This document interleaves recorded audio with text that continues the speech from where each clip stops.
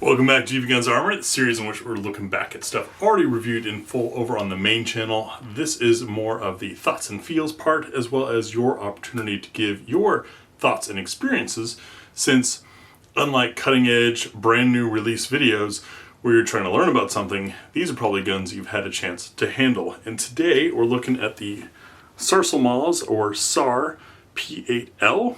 It's got these speed holes on the side, ported barrel up top. If we get the camera to focus, there we go.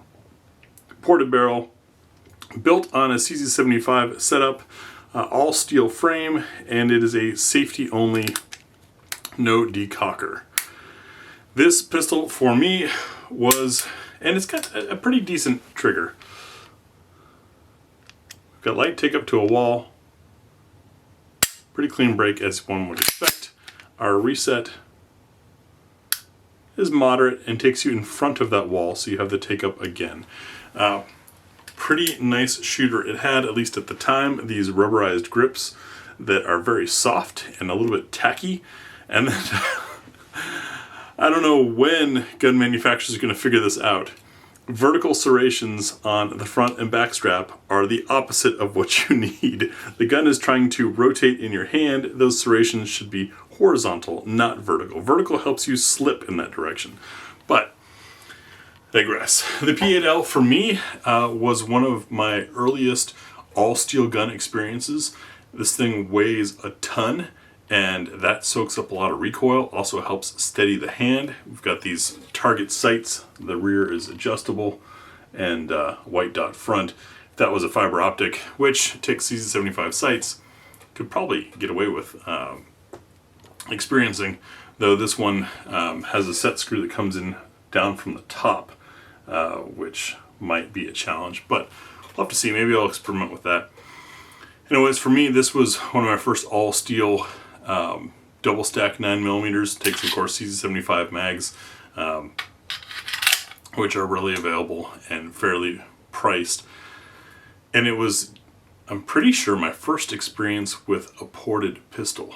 And this was long before the whole ports and comps thing made its way from the competition world, where it's been for a long time, into now everyday consumer guns.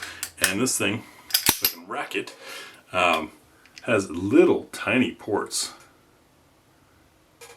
See, they're just little ports, but it's enough. And when I think about this thing, aside from my distaste for the CZ75 platform, I don't like slide-in frame.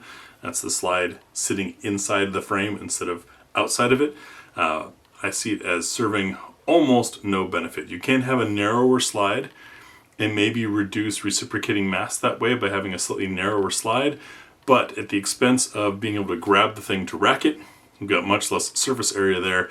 And then you also get those people, and I think that stopped, but a lot of people say, oh, it's a lower bore axis because look how short the slide is. No, it's not. It's just the slide is sitting inside the frame, so the slide looks smaller, but it's the same height. It doesn't change anything. Browning tilting action. The magazine can only get so high. The barrel has to dip a certain degree. You're not going to get a lower bore axis by simply changing which way the rails are facing. But this gun and the Mega 2000, which will be another video if I haven't done that one already, taught me to really appreciate the full steel grip, steel frame, that heft, and how steady that is when pointing and aiming.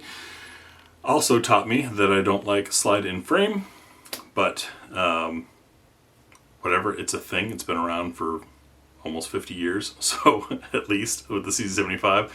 But the porting, combined with the heft of this thing, plus those speed holes reducing reciprocating mass, and the vent slots on top reducing reciprocating mass, make this for a very nice shooting gun. And the prices have been all over the place as Sarsilmaz guns in the US have bounced from being imported by random small importers. Then you had the SAR USA, which was how this one was marked. Now some of the newer ones aren't marked SAR USA, they're just marked SAR. I don't know if there's been official rebranding or recompany naming for tax purposes or something like that, or what the deal is, but point is they're all coming out of Sarsilmaz in Turkey. And Sarsilmaz is a pretty serious manufacturer. They make all kinds of NATO stuff and weapon systems up to like military level type deals.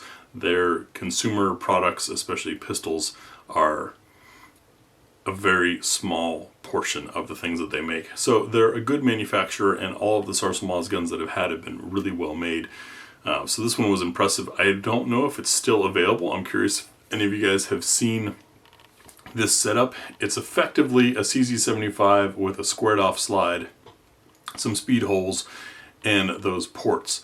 I know for a while the P8L was available but without the ported barrel, and I don't know why they did that.